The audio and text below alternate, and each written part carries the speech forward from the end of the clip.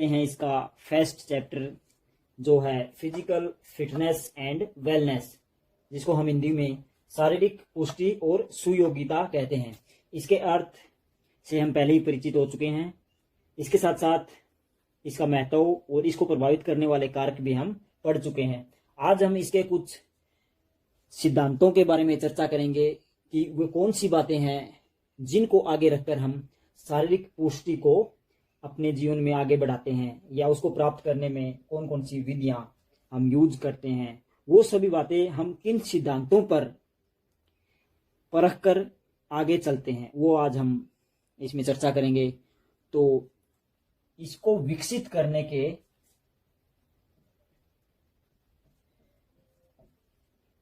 शारीरिक पुष्टि को विकसित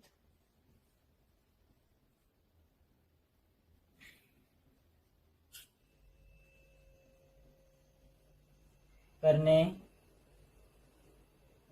के सिद्धांत, तो अभी हम इन पर चर्चा करेंगे।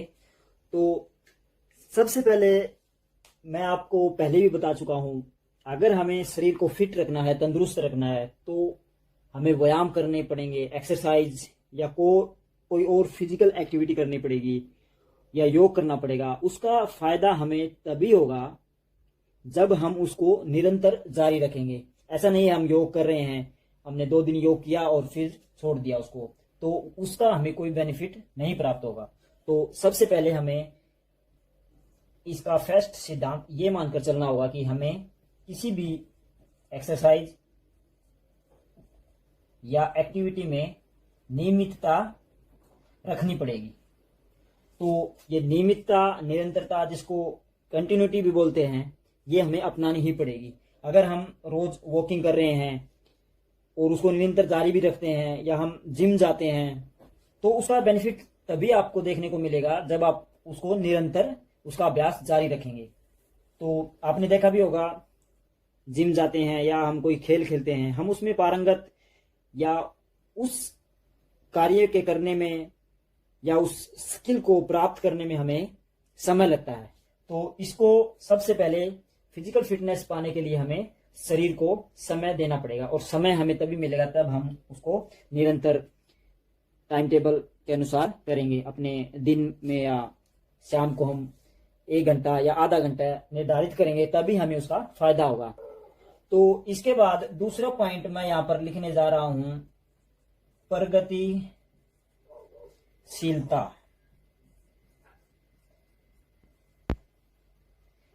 तो भाई ये प्रगतिशीलता क्या चीज है? जब भी हम कोई एक्सरसाइज करते हैं या कोई भी खेल क्रिया, रनिंग लगा लो, या एथलेटिक्स की कोई भी हम क्रिया करते हैं, तो उसमें मैंने पहले भी बताया था आपको कि जाते ही हम एक प्रो लेवल का कोई भी कार्य नहीं करते। जैसे हम स्टार्ट कर रहे हैं रनिंग, तो ऐसा नहीं हम जाते ही एक ही दिन में 800 मीटर या 1600 मीटर एक साथ एक झटके में पूरा कर देंगे। तो प्रगतिशीलता में हमें उन सभी कार्यों को अवॉइड करना चाहिए जो हमारे शरीर के लिए नुकसानदायक साबित हो सकते हैं। उससे हमारे शरीर में कहीं भी चोट लगने की संभावना बढ़ जाती है, या हड्डियों में फ्रैक्चर आने की भी संभावना बढ़ जाती है, क्योंकि जो हमारी मांसपेशियां हैं उस कार्य के प्रति या उस कार्य करने में आदी नहीं है, तो वो उन पर अनावश्यक दबाव डालता है जो हम अधिक कार्य करते हैं। तो हमें एक प्रगतिशीलता का सिद्धांत अपनाना चाहिए। प्रगतिशीलता के सिद्धांत में क्या होता है कि हम स्टेप वाइज स्टेप आगे चलेंगे। ये आप वेट ट्रेनिंग कर रहे हैं, तो आप शुरू में 10 kg, इसको आप 1 वीक या 10 डे तक लागू रखें। इसके बाद आप इसमें कुछ बढ़ोतरी कर दें, 12 kg, ये kg में चल रहा वजन। इसके बाद जैसे ये आपके 10 दिन हुए थे, ये 20 दिन चला, इसके बाद हम आगे बढ़ गए 30 दिन में, तो इसमें हम और बढ़ोतरी कर देते हैं 2 किलो की, 14 हो गया, इसके बाद 16, इसके बाद 18, और ये दिन भी हम 10-10 दिन बढ़ा रहे हैं, 50। तो ऐसे हमें बढ़ोतरी करनी चाहिए, और यही हमारे शरीर के लिए बेस्ट एक्सरसाइज होगी, अपने शरीर की फिटनेस पाने के लिए बेस्ट तरीका होता है। और ऐसा भी नहीं है कि हम मान लो 16 केजी पर आ गए और 16 केजी हम केवल एक बार ही उठा रहे हैं। इसको हमें सेट वाइज अपनाना पड़ेगा कि फर्स्ट सेट हम उठा रहे हैं 16 केजी का, मान के चलो 15 टाइम्स। अगले सेट में इसको हम बढ़ा देना पड़ेगा। इसको हम 20 साइकिल कर देंगे। जो हमारी वेट लिफ्टिंग की क्षमता है हम उसको 20 साइकिल कर देंगे। अगले सेट में हमें इसी वजन को 16 केजी को ही 25 टाइम्स बढ़ा देंगे। तभी हमारी जो मांसपेशियां हैं उनमें एक समता और सदृढ़ता मिलेगी, तभी हम फिटनेस प्राप्त कर पाएंगे। अपनी मांसपेशियों में ताकत और उनका साइज भी बड़ा हो जाएगा, और मांसपेशियों का अगर आकार बड़ा हो जाता है तो वो कार्य करने में अधिक सक्षम हो जाती हैं। तो ये सभी प्रगतिशीलता का सिद्धांत था। इसके आगे मैं लिख रहा हूं आयु और लिंग।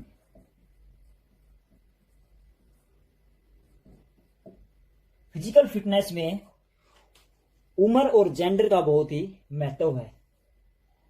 हमें फिटनेस प्राप्त करने के लिए जो भी हम स्टेप लेते हैं वो हमें आयु और लिंग के आधार पर उनकी सारणी बनानी चाहिए या उनको निर्धारित करना चाहिए।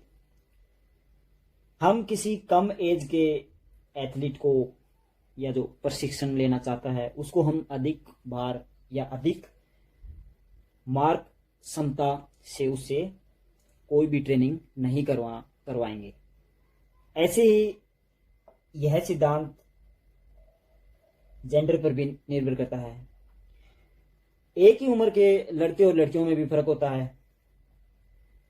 अगर हम किसी लड़के को बोल रहे हैं कि आप 20 केजी वजन उठा सकते हो, तो एक औसत धारणा के अनुसार वो 20 केजी वजन उठा भी लेगा और उसको प्रशिक्षण करते करते 30 मिनट पूरा भी कर लेगा। मगर हम लिंग के आधार पर किसी गर्ल्स को अगर 20 केजी वजन और उसी मार्क क्षमता 30 मिनट तक कहेंगे तो यह उसके लिए बहुत ही चुनौतीपूर्ण कार्य हो जाएगा। तो हमें ऐसी समय सारणी, टाइम टेबल या प्रशिक्षण का जो तरीका है उसको ऐसे निर्धारित करना चाहिए कि वह आयु और लिंग के समानुपाती हो। तो आगे बढ़ते हैं। अगला पॉइंट मैं लिख रहा हूं यहां पर वार्मिंग अप। वार्मिंग अप, तो इस डेफिनेशन से आप परिचित भी होंगे, क्योंकि जो आपकी एज है, आप 12th क्लास में हो, तो यह सभी फिजिकल के लिए या फिजिकल ट्रेनिंग के लिए बहुत ही आवश्यक, बहुत ही इंपॉर्टेंट टाइम है। तो वार्मिंग अप से हमारा क्या मतलब है? वार्मिंग अप वो एक्टिविटी है जो हम किसी बड़ी एक्टिविटी या कोई बड़ा कार्य करने से पहले करते हैं। क्योंकि अगर हमें कोई कहे कि ओलंपिक में आपको 200 केजी वजन उठाना है, हमको नहीं तो कोई ट्रेंड एथलीट है, वेट लिफ्टर है, उसको डायरेक्ट 200 केजी वजन उठाने के लिए उसका कोच कभी नहीं कहेगा, क्योंकि उससे पहले उसको कुछ वार्म अप एक्सरसाइज करनी पड़ेगी। वो पहले 50 किलो के वजन उठाएगा, फिर धीरे धीरे 100 केजी वजन उठाएगा, तो अपने शरीर को पूरा वार्म अप करेगा। वार्मिंग अप की 2 टेक्निक होती हैं। Number 1 general warm up.